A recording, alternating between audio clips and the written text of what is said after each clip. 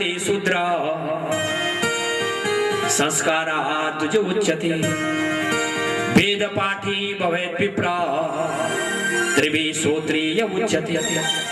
मनुज ने मनुस्मृति में लिखा, माँ के गर्भ से जन्म लेते समय प्रत्येक माँ का बेटा शूद्र है, चाहे वह ब्राह्मणी का बेटा हो, चाहे छत्राणी का बेटा हो, चाहे वैश्य व्यापारी की पत्नी का बेटा हो, चाहे चतुर्थ वर्ण का बेटा हो।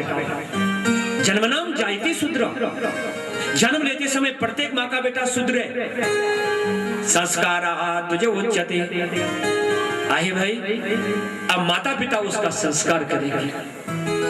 ब्राह्मण अपने हिसाब से अपने बेटे का संस्कार करेगा, क्षत्रिय अपने धर्म के अनुकूल अपने बेटे का संस्कार करेगा, व्यापारी अपने धर्म के अनुसार अपने बेटे का संस्कार करेगा, तब वह द्विज आएगा। द्विज माने ब्राह्मण नहीं, द्विज जायते इति द्विज, जिसका 2 बार जन्म होगा, एक बार माता पिता के द्वारा और एक बार जनेऊ संस्कार के द्वारा। अभी ब्राह्मण क्षत्रिय नहीं बना, संस्कार बोलो जैसे नहीं। आपने संस्कार देखे 16 संस्कार लिखे सनातन धर्म में। हम जब कभी गांव में थे नैन, हमने 3 संस्कार देखे। कहीं कहीं अन्नप्राशन, बहुत कम मात्रा में 150 परिवारों के बीच में कोई एक परिवार अन्नप्राशन कर लेता है। 60 और 70% के बीच हमने चूड़ा कर्म देखा, और 80 और 85% के बीच हमने विवाह संस्कार देखा ना 10-12 साल पहले। अब ये तीनों भी खत्म हो गए। अन्नप्राशन तो बहुत कम हो गए, अन्नप्राशन संस्कार कोई नहीं करता। और चूड़ा कर्म संस्कार गंगा के किनारे, चूड़ा कर्म संस्कार चला गया त्रिवेणी घाट। दोनों पति पत्नी स्कूटर में बैठे, बच्चे को बीच में बिठाया, पड़ोसी को तब पता चला जब वो शाम को सिर मुड़ा के घर आ गए। ध्यान दो, चूड़ाकर्म संस्कार किसी नदी, बावड़ी और तालाब के किनारे नहीं है। चूड़ाकर्म संस्कार अपने दरवाजे पे है। तो वह चूड़ाकर्म संस्कार गया नदी के किनारे, और विवाह संस्कार चला गया कोर्ट और कचहरियों में। वकील दस्तखत करता है, मंदिर का पुजारी एक एक माला डालता है। माते तब पता चलो जब वो दरवाजे पर माँ आशीर्वाद देते थे, गुआरी ले आयो। ध्यान देना। मेरा एक मित्र था वकील, मैंने बोला यार अब तो पहले लोगों को दावा मुकदमा लड़ता था, तुम्हारा पैसा हरू भरू था, किसी का जमीन को दावा, कहीं ओडा को दावा, कहीं बेटा को दावा, बाखरों जो उजाड़ खाने वहां पर भी दावा घर पर। ये भैया आजकल तुम्हारा पैसा। मैंने बोले पंडित जी आजकल तो बहुत मजे आ गया। मैंने बोला कैसे? बोला आजकल तो बहुत सुंदर है हमारा पैसा, हर दिन एक ना एक आदमी जो है शादी करने के लिए आ जाए। हमारा काम एक दिन में 2 जोड़ों की शादी करा दी तो हमें 1 हफ्ते का मिल जाता है। शादी कराते हैं, शादी कराते समय भी जो फॉर्म होता है उसमें हमारे दस्तखत होते हैं, और 1-2 साल बाद इन्हीं का तलाक करा देते हैं। बोलो जैसे, क्योंकि इनमें ज्यादा तो पड़ती नहीं है, बनती नहीं है, बहुत जल्दी तलाक हो जाता है। फिर हमारे लिए हाथ जोड़ता है, यार तलाक कराओ ना, इस छुटकारे से मुक्ति दिलाओ ना। हम ही विवाह कराते हैं और हम ही उनका छुटकारा दिला देते हैं। तो नैन संस्कार तो खत्म हो गया। ऋषभदेव जी ने अपने बच्चों को इतना सुंदर संस्कार दिया, क्षत्रिय होने के बाद में 81 बेटे ब्राह्मणत्व को प्राप्त हो गए। अब ऋषभदेव जी ने अपने सबसे बड़े बेटे भरत को राजगद्दी पर बिठाया। ध्यान दो भाई, पहले आप और मेरे इस देश का नाम था अजनाब। ऋषभदेव नाभि का बेटा था ऋषभदेव। ऋषभदेव और उसके बेटे के नाम पे था इस देश का नाम अजनाब। लेकिन जब भरत उत्पन्न हो गया, ऋषभदेव का बेटा भरत उत्पन्न हो गया, तो भरत का नाम से जो है आप और मेरे इस देश का नाम पड़ गया भारतवर्ष। भरत जी ने जयंती के साथ में विवाह किया, और ऋषभदेव ने अपने तमाम जनता और अपने बेटों को अपने सामने बिठाया। अंतिम उपदेश देखो भागवत का बेटा, मैं जा रहा हूं, लेकिन तुम्हें जाते जाते 2 रास्ते दिखाता हूं।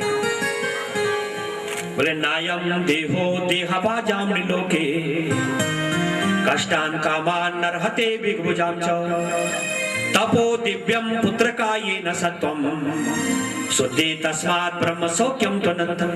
अरे पुत्रों, मैं जा रहा हूं, दो रास्ते दिखाता हूं। एक रास्ता ऊपर के लिए जाता है और एक रास्ता नीचे के लिए जाता है। महत् सेवाम द्वारा माहुर विमुक्ति। किसी अच्छे व्यक्ति की सेवा करना ये मुक्ति का दरवाजा है, और तमो द्वारा म्यूसिता संग संयम, किसी गलत व्यक्ति का साथ करना ये नरकों का दरवाजा है। अंत में बोला एक कम मत कर्म भी मत कथया च नित्यम। मेरे लिए कर्म करना, मेरे लिए कथा सुनना, मेरे लिए दूसरे को कथा श्रवण कराना, ऐसा अच्छे से सत्संग में अपने जीवन को यापन करना। और ऐसा सुंदर सा उपदेश देकर के ऋषभ देव जी जंगल में चले गए। इन्होंने अवधूत वृत्ति स्वीकार की। एक दिन बांस का जंगल था तो आपस में घर्षण हो गया और वनाग्नि में ऋषभ देव जी का शरीर तिरोहित हो गया। और जैन धर्म वालों ने भागवत के ऋषभ देव को अपना पहला तीर्थंकर मान लिया। बोलो जैसे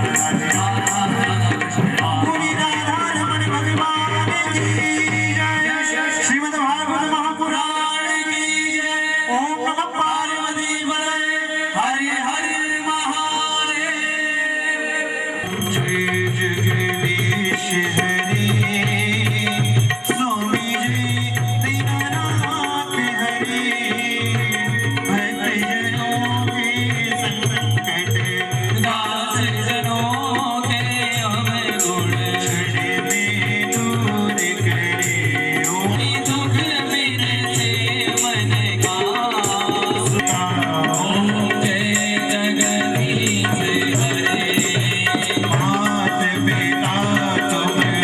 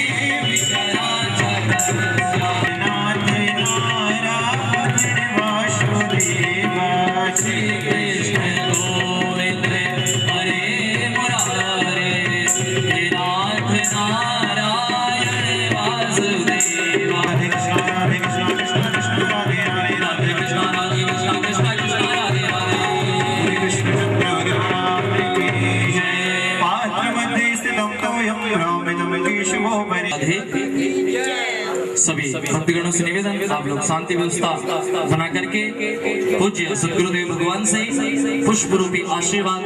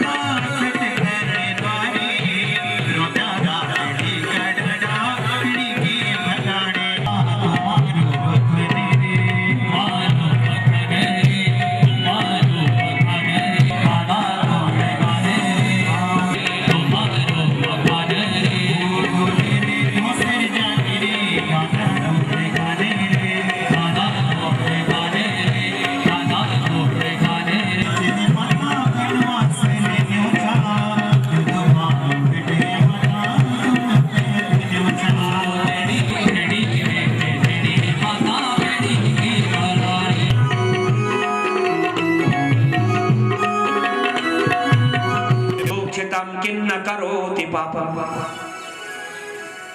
रास्ते में बैठ कर के रहना और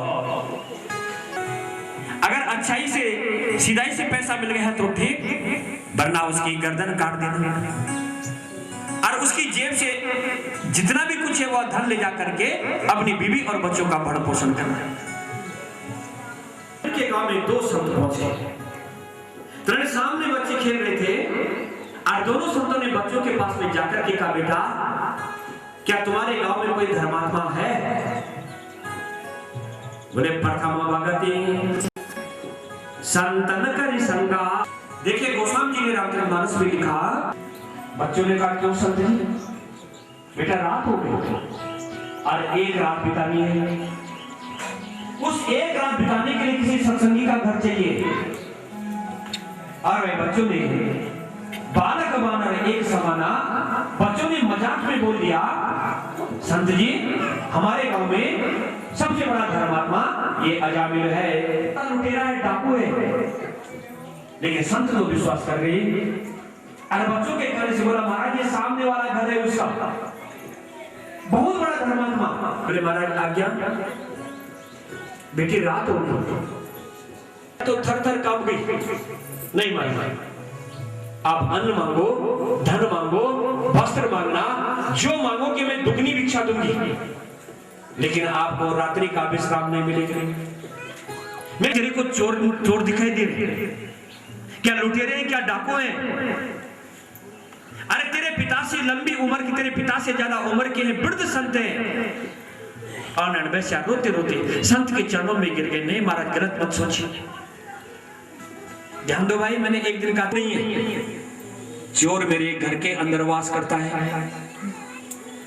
चोर मेरा पति है महाराज, आपसे नहीं डरती हूं, उससे डर रही हूं। कहीं उसने आपका वध मेरे दरवाजे पर कर दिया, अपने दरवाजे पे आपकी हत्या कर दी, तो संत की हत्या का पाप मेरे बच्चों को लग जाएगा। मेरे छोटे छोटे बच्चों पे तरस खाना महाराज। तो उस वृद्ध संत ने कहा बेटी क्यों चिंता कर रहे हैं? भोजनश्चादने चिंता वृथा कुर्वन्ति वैष्णवा, योसो विशंबरो देवो किं भक्तान्नेव पोष्यति। द्रौपदी च परित्राता येन कौरव कस्मला, पालिता गोप सुंदरिया सा कृष्णा क्वापि नो गता। उसकी कन्हैया ने उसको करोड़ रुपए कीचड़ से बाहर निकाला, तो द्रौपदी रूपी सफेद वस्त्र पे करोड़ रुपए कीचड़ का एक भी छींटा नहीं लगने दिया। ये बेटी उससे अटूट विश्वास कर। द्रौपदी च परित्राता येन कौरव कस्मला, पालिता गोप सुंदरिया सा कृष्णा क्वापि नो गता। अरे पुत्री व कृष्ण आज भी तेरे साथ में है, चिंता मत करो बेटी। तो नरवैश्या ने डरते डरते मकान के पीछे का कमरा खोल दिया, थोड़ा सा सूखा राशन दिया, संतों ने धुनी रमाई, भोजन पकाया, प्रसाद ग्रहण किया। घड़ी ने रात के 12 बजाए, लेकिन अजामिल नहीं लौटा। और जितने भी असत्य मार्ग से जो पोटली लाया था धन के, वह अपनी सीढ़ियों के ऊपर रखा और पीछे प्रकाश देखा। दूसरी नजर सबसे पहले पीछे पड़ी और भागता भागता गया, देखा तो आग के एक तरफ एक बूढ़ा संत बैठा हुआ है, दूसरी तरफ दूसरा संत बैठा हुआ है। नैन दोनों संतों को देख करके आंख लाल लाल हो गई। 2 बजे रात थक के आ रहे हो, धन की इतनी बड़ी लालसा? अरे 2 मिनट विश्राम करो, मिलेगा। वास्तव में तेरे को जीवन का बहुत बड़ा धन दे देंगे। अजामिल ने कहा महाराज आप संत हैं, आपकी दाढ़ी को देख करके थोड़ा सा तरस खा रहा हूं। अजामिल मांगता नहीं है, अजामिल मांगता नहीं है, भिखारी नहीं है अजामिल। वो तो गर्दन काट करके अपने आप जेब से निकालता है। और नैनवा बूढ़ा संत खड़ा उठा, बेटा तू बार बार ये मारने मारने की बात क्यों कर रहे है? वह कब सूत्र आपसे जुड़ जाए। जापर कृपा राम की हुई, तापर कृपा करे सब कोई। वो तो सूत्र बनते हैं और वह कृपा का सूत्र बढ़ता हुआ और आगे बढ़ जाता है। कहां तक जाए, किस तक जाए, किसके पास तक पहुंच जाए। उस बूढ़े संत ने अजामिल की पीठ पे हाथ रखा और बड़े प्रेम से एक प्रश्न कर दिया, बेटा तनिक बताओगे तुम्हारे घर में कितने बच्चे हैं? आज अजामिल के क्रोध का ठिकाना नहीं। अच्छा मेरे को बातों में उलझाना चाहते हो ना? मैं मांग रहा हूं धन और आप पूछ रहे मेरी गृहस्थी के विषय में। और अजामिल ने गुस्से में कहा मेरे 9 बेटे, 9 बेटों का बाप हूं संतों में। और संत जी एक विशेष बात बताऊं, 10वां बेटा 2 महीने के बाद में जन्म लेने वाला है और मैं बन जाऊंगा 10 पुत्रों का बाप। तो नैन उस संत ने बड़े प्रेम से बोल दिया, अजामिल एक काम करना,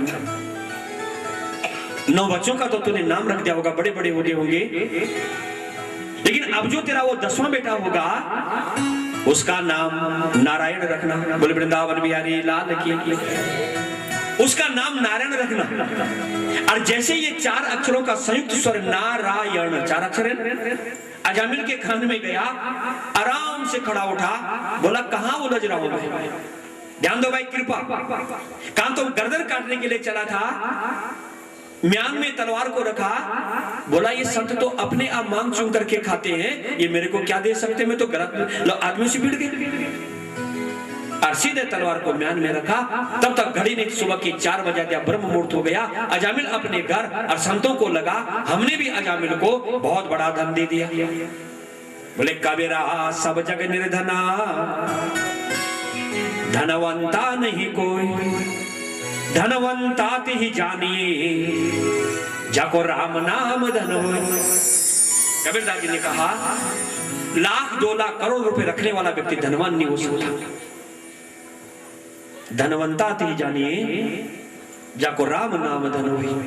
असली धनवंत वह व्यक्ति है जिसकी प्रातः, जिसकी सवेरी उसके नाम को लेकर के होती है, और जिसका सूर्य उसके नाम को लेकर के अस्त होता है। 2 महीने के बाद में अजामिल की पत्नी वैश्या ने बालक को जन्म दिया।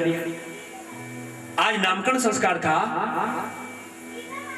अजामिल को ध्यान आया, उन संतों ने कहा था कि उसका नाम नारायण रखना, और ब्राह्मण से कहा करके अजामिल के 10वें बेटे का नाम हो गया नारायण।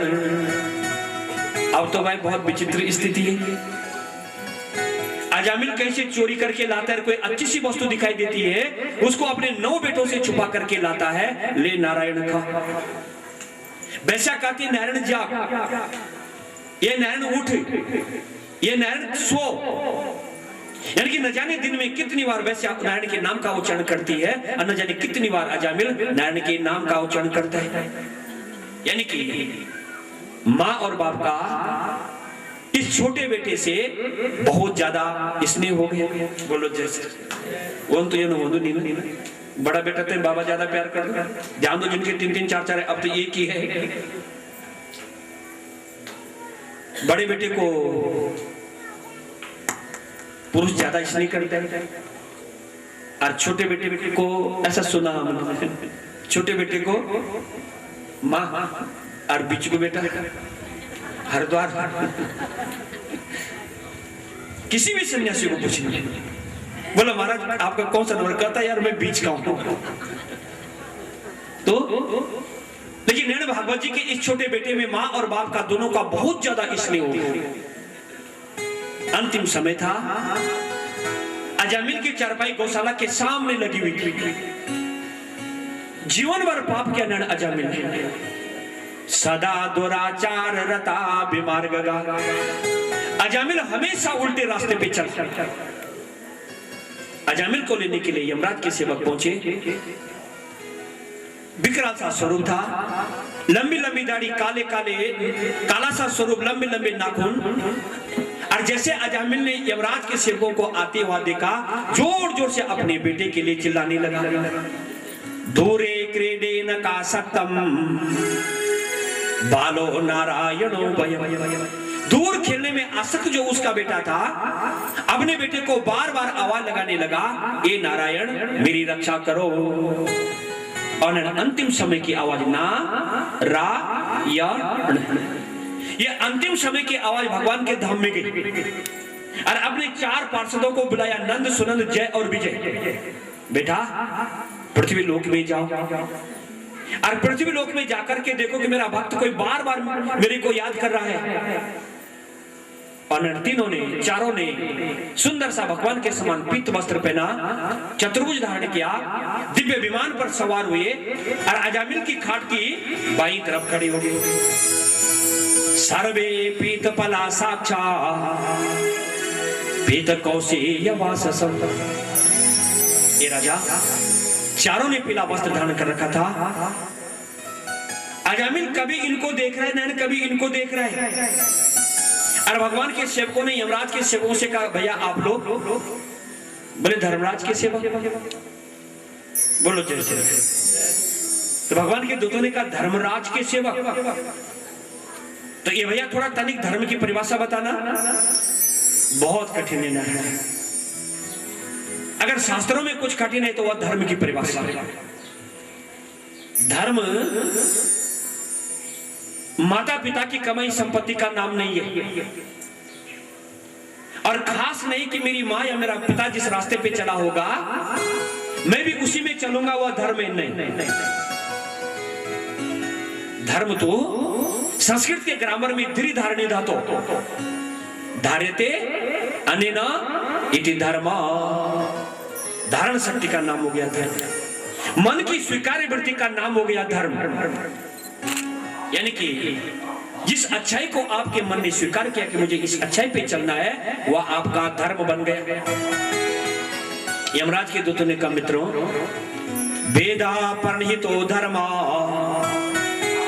या धर्म तद विपर्यय, वेदो नारायणो साक्षात् स्वयंभूरिति सत्तम। ये भैया धर्म कहते वेदा प्रणीतो धर्म, वेद ने जिस वस्तु का प्रतिपादन किया है उसका नाम है धर्म। ध्यान दो, अगर आप और मैं वेद में बताए हुए रास्ते पे चल रहे हैं तो आप और मैं धर्म का अनुसरण कर रहे हैं। यह धर्म तद विपर्यय, और वेद विहित कर्म करना, उल्टे रास्ते पे चलना, जो कार्य वेद ने आप और मेरे लिए नहीं बताए उनको जबरदस्ती करना, ये अधर्म हो गया। भगवान के दूतों ने कहा, मित्रों, फिर वेद क्या है? वेदो नारायणो साक्षात्। ये भैया वेद तो नारायण भगवान के मुख से निकले हुए अमृत में वचन है। वेद तो नारायण की बांग्मयी मूर्ति का नाम है। भगवान के सेवकों ने कहा, तुम्हें धर्म नहीं आता। अरे धर्म तो इस अजामिल ने अंत समय में हमारे ईश्वर का नाम लिया है, ये वैकुंठ लोक जाएगा। अंते यामति सागति। यमराज के सेवकों ने कहा, भैया नारायण इसके छोटे बेटे का नाम है, और ये दुष्ट नारायण का नाम ले तो अपने बेटे को आवाज लगा रहा है। सांकेत्यम पारिहास्यम वा स्तोभम हेलनमेव वा। भगवान के सेवकों ने कहा, मित्रों, संकेत में, पारिहास्य मने मजाक में, या सही मन से या दुखी मन से जिसने भगवान के नाम का उच्चारण किया उसको थोड़ा या ज्यादा नाम का फल तो अवश्य मिलता है। ये नारायण तो हमारे भगवान का पौराणिक नाम है, वेदोक्त नाम है। और अजामिल को पकड़ा, सुंदर से विमान में रखा, और भगवान के सेवक यमराज के सेवकों को देखते देखते अजामिल को भगवान के दिव्य धाम खोले। बोले वृंदावन बिहारी लाल की। यमराज के सेवक गए, हताश होकर के यमराज के पास में गए, एक छोटा सा प्रश्न कर दिया, कति संति यशस्तारो, कितने हैं हमारा संसार में शासन करने वाले? जीवित और निर्जीव शरीरों के लाशों के ऊपर संसार में शासन करने वाले कितने लोग हैं आपसे अलावा? यमराज ने कहा, क्यों? अरे महाराज, वह पापी जिसको लेने के लिए आपने हमें भेजा था, मरते समय अपने बेटे का नाम ले रहा था, नारायण नारायण, और वहां 4 पीले कपड़े वाले आ गए, चारों का चतुर्भुज था, और हम हमारे कहने के बाद भी जबरदस्ती उसको बैकुंठ ले गए। इतना बड़ा पापी बैकुंठ चला गया। यमराज ने कहा, तो मेरी बात सुन, अरे पृथ्वी लोक का हर प्राणी नरकगामी नहीं है। मैं तुम्हें नरक जाने वाले के चिन्ह बताता हूं। ध्यान दो भाई, यमराज अपने सेवकों के पास में नरकगामी का चिन्ह बता रहा है, किस किस को लाना है नरकों में। बोले जिह्वा न भक्ति भगवत गुण नाम देयम, चेतस्य नो नमति तश्चरणारविंदम। ए भैया, जिस व्यक्ति की रचना कभी भी राम और कृष्ण के नाम का उच्चारण न करती हो, सबसे पहले ये व्यक्ति नरकगामी हो गया। बोले महाराज दूसरा, चेतस्य नो नमति तश्चरणारविंदम, जिसका चित्त, जिसका मस्तिष्क, जिसका मन कभी भी भगवान की सत्ता के सामने झुकता न हो, जिसके अंदर आस्तिकता का कोई भाव न हो, दूसरा इस व्यक्ति को नरकों में लाना। बोले महाराज तीसरा, बोले कृष्णाय नो नमति यासिरये कदापि। ध्यान दीजिएगा ना, आप और मैं रास्ते में चल रहे हैं, बोलो जैसे कहीं कथा हो रही है और अंदर जाने का समय नहीं, हम बहुत जल्दी में हैं। या कहीं बस्ती से जा रहे हैं और अंदर स्वाहा और सोदा का प्रयोग हो रहा है, अपरिचित का घर है, अंदर नहीं जा सकते। कहीं मंदिर में आरती हो रही है, उसकी संतति का जो नाम है भगवान के नाम के अनुसार रखा जाता था, रखते थे ना। तुलनात्मक अध्ययन करो पुराने और नए नामों में, बंशीधर, गोपाल सिंह, रुक्मणी, राधा, सीता, ऐसे नाम होते थे। और आजकल देखिए अपने नाम करो तुलनात्मक, चिंटू, पिंटू, मिंटू, पप्पू, गसिटू, जो जगह गिचाई हुए नो बोल देते। भले बाद में वो बड़ा हो गया, उसका नाम बिगड़ गया, वो बात अलग हो। मैंने बुरांसखंडा में विष्णु पुराण की कथा की थी।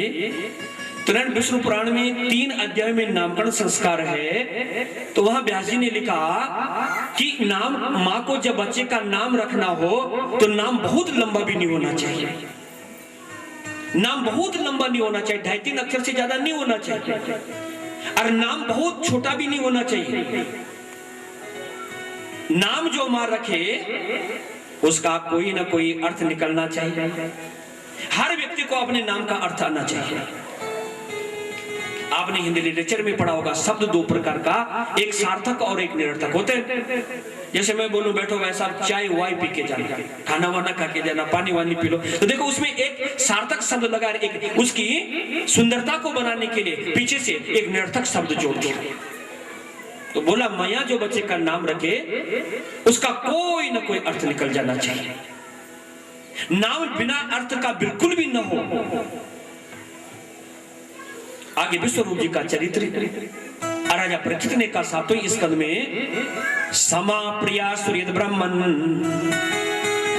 भूतानाम भूत भावना, 15 अध्याय 7वें स्कंद में। और महापुराण का अगला लक्षण है ऊती प्रकरण, उदया कर्म वासना। प्रत्येक व्यक्ति के अपने कर्मों की वासना का नाम होता है ऊती, और वह कर्मों की वासना हर व्यक्ति की 3 प्रकार की होती है। बोलो जैसे सद्वासना, असद्वासना और मिश्र वासना। ऋषि और नारद जी का संवाद है, समा प्रिया सूर्य ब्राह्मण भूतानाम भूत भावना। सुखदेव राजा परीक्षित ने कहा हे ब्राह्मण, अब्दुल शिरोमणि सुखदेव जी महाराज एक बात समझ में नहीं आई। ध्यान दो भाई, जब शिष्य बहुत सुंदर मिलता है तो सदगुरु का मन प्रसन्न हो जाता है।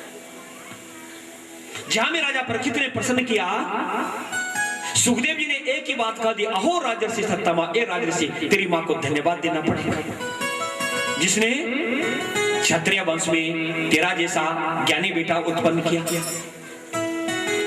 ज्ञान के लिए न कोई आधार नहीं चाहिए, कोई जरूरी नहीं कि ज्ञान के लिए बहुत बड़ा वंश चाहिए, कोई जरूरी नहीं कि ज्ञान के लिए बहुत सुंदर तपस्वी चाहिए।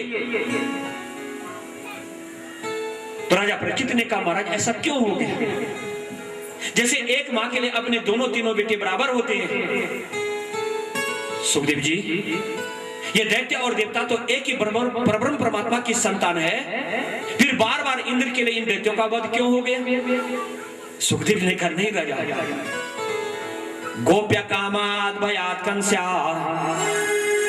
द्वेषाचिद्यातयो निर्भः। ये राजा, जिस जीव ने उसकी उपासना जिस अवस्था में की, ध्यान दो भाई, दूसरे स्कंद के पहले अध्याय में सुखदेव ने राजा परीक्षित को एक ही बात कही, बेटा और कुछ मत कर, बस एक छोटा सा काम कर।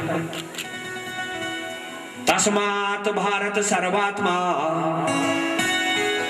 भगवान हरिश्वर। ये वरदवंशी राजा परीक्षित, संपूर्ण प्राणियों की आत्मा में जो वास करने वाला परमात्मा है उसके चरणों में अपने मन की वृत्ति को डाल, क्योंकि जीवन